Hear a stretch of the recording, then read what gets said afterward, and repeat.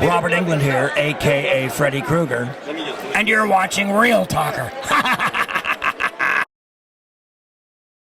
Jim Alexander here with Real Talker, with the man himself, Freddy. Robert, what is it like to have a reunion after all these years and all these films, like kind of getting everyone back together? Is it kind of surreal? Well, it is. You know, we're all getting older, and it's strange to see not only how some people age, people back away from Hollywood sometimes, and then they return. I'm hopeful that Mark Patton, my star from Nightmare on Elm Street Part 2, whose documentary we're celebrating tonight, I think he's coming back. You know, I knew Mark, or I looked up to Mark when he was starring for the great director Robert Altman in Come Back to the Five and Dime Jimmy Dean with Cher and an actress who I would later direct, Sandy Dennis, the great Sandy Dennis. And so I always perceive and remember Mark in that context. And I'm really glad he got to tell this story. He's been working on this documentary for a long time.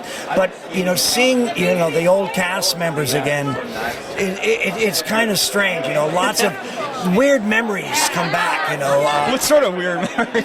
Well, I mean, you know, when we shot a lot of the movie, we shot in Pasadena, not too far from here. And they have very strict rules there. So we had to get everything done by 10:30 at night. And, you know, we got... This movie takes place at night most of the time. It's kind of ironic.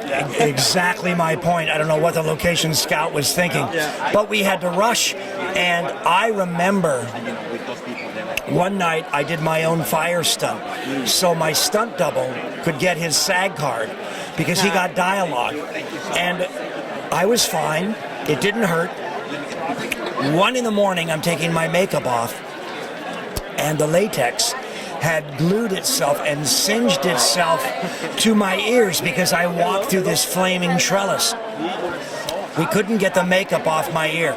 And Kevin Yeager and I scrubbed and scrubbed and scrubbed, and we finally got it off as dawn, you know, came up over the Pasadena Mountains in the Rose Bowl. But it's weird because I saw a couple of the people that were with me that night, and they remember that night because they were all worried for me because one side of my burned makeup literally looked burned. These are sort of stories you never hear about unless you were there, right? Lived it.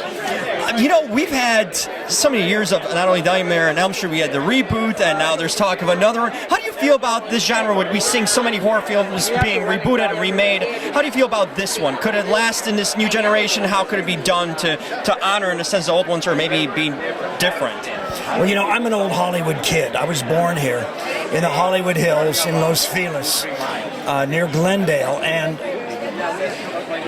I know that everything gets remade. We sometimes do it too soon, prematurely. But what you have to understand is your grandparents, most of the movies they saw were remakes of silent movies. You see, because now they have this new technology called sound. And now there's a lot of movies that had inferior effects, and now we can do them better with the new state-of-the-art technology. So I understand why they do that. There's only so many stories going around.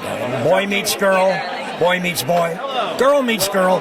There's only X amount of stories, and we keep retelling them. And some of them just have to be remade for a new audience and a younger audience. It's true, and it's a different way of taking it in, too. Yeah. And finally, what are some of your favorite horror films or horror kind of characters that you've currently seen? Anything lately that you've seen that you really enjoyed? Any kind of maybe franchise that we have going on?